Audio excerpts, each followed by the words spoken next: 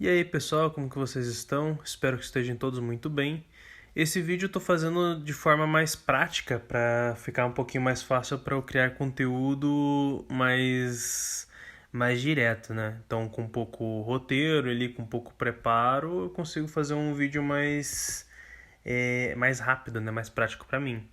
Então eu vou ler algumas matérias, né? Que eu achei interessante aqui, eu vou estar lendo para vocês e a descrição de cada matéria estará na descrição do vídeo, tá bom?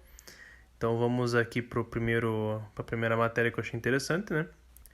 Então aqui tá no automobilismo do site Terra.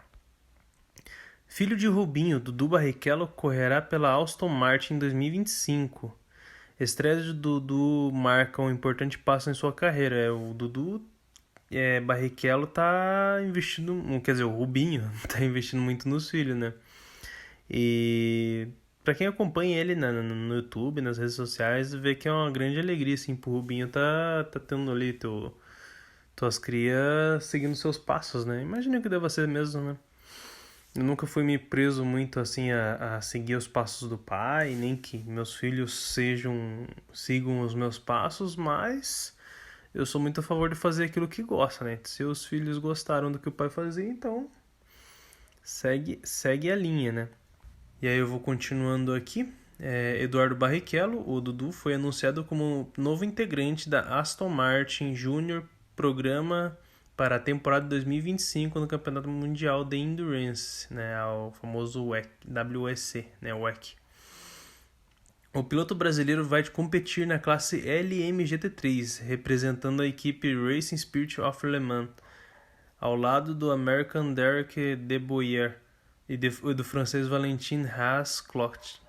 Quem é um americano tem um nome meio francês e o francês tem um nome meio americano, sei lá, ou qualquer outra coisa. Piloto oficial da marca britânica. A estreia de Dudu não é que marca um importante passo em sua carreira após 3 temporadas na Stock Car, onde se destacou ao alcançar a terceira posição geral em 2024. Ele pilotará a Aston Martin Vantage MGT3 Evo, que passa por atualizações significativas para a próxima temporada. Sonhos se tornam realidade. Emocionado ao anunciar que em 2025 estarei competindo no WEC pela Racing Spirit of Le Mans na Aston Martin, declarou Dudu em suas redes sociais, destacando a emoção de fazer parte de um programa de uma montadora de prestígio global, né? Realmente, né? Quem fazia, se eu não me engano, quem fazia o chassis da Red Bull era Aston Martin, né? Ou tinha alguma parceria, não sei, eu não manjo muito de Fórmula 1. Mas sou só um entusiasta, né? Então, enfim, quem quiser continuar lendo ali a matéria, o link está na descrição. E vamos para a próxima notícia. Mulher de 80 anos doa o Mazda RX-7 que foi seu por 25 anos desde 0 km para a fabricante japonesa, que agora o usará em eventos especiais. Celebrar 80 anos de vida de forma única e marcante foi exatamente o que a japonesa Naoko Nishimoto fez ao decidir abrir mão de duas coisas que a acompanharam boa parte da sua vida: sua licença de motorista e seu Mazda RX-7, um ícone que ela cuidou com carinho ao longo de 25 anos. A história de Nishimoto e seu RX-7 começou de forma inusitada quando ela tinha 55 anos. Seu Toyota Corona Coupé começou a apresentar problemas após quase uma década de uso. Cara, esse negócio aqui é muito... Essa história que eu tô trazendo pra vocês que é muito bacana. É tipo, ela ficou praticamente a vida inteira do carro com ela. E daí ela decidiu simplesmente doar, porque ela não confiava em ninguém. Corrigindo, ela já estava numa idade muito avançada e, no gesto de responsabilidade, ela abriu mão do seu direito de dirigir e de seu amigo e doou ele para quem ela julgou que cuidaria dele, né? O carro não tem idade, ele tem dono.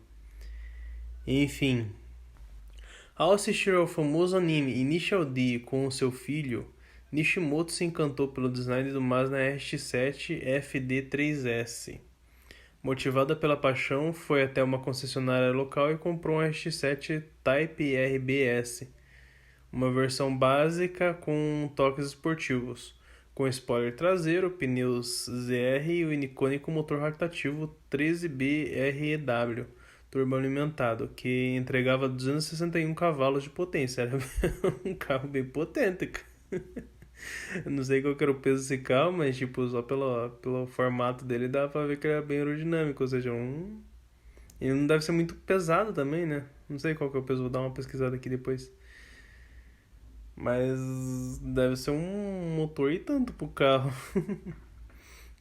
O carro custou cerca de 3,2 milhões de ienes na época. Vamos converter aqui pro real. Dá 123.840 reais, né? Ele custaria ali mais ou menos o preço do do Honda Civic há uns anos atrás, né? Mais ou menos essa faixa de preço aí, só que é um coupé. Carro duas portas, né? Duas portas e dois lugares, né? Não é só, acho que não é só duas portas, ele é um carro duas portas e dois lugares. E ela dirigiu pouco mais de 48 mil milhas, aproximadamente 77 mil quilômetros, ao longo de 25 anos.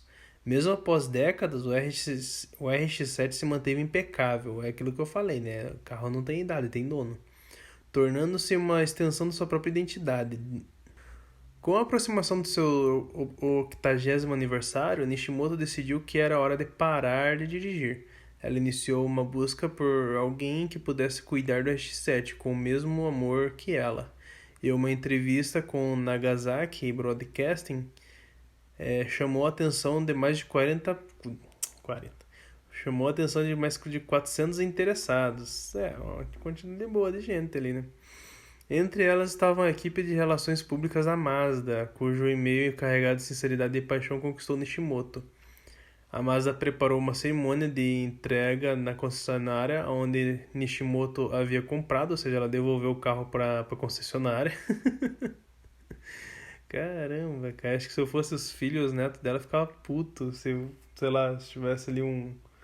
Porque com certeza ela andou com esse carro por um bom tempo, né? Eu ficaria puto, cara. Se eu tivesse eu tivesse minha avó com um carro desse ali e, e ela simplesmente devolvesse pra loja, eu ia ficar bem puto. Ai, ai.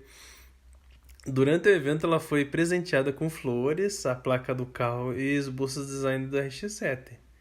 O presidente e CEO da Mazda, Moro Masashiro, puxa vida, destacou a relação especial que Nishimoto tinha com seu veículo, ressaltando como carros podem ser muito mais do que simples meios de transporte.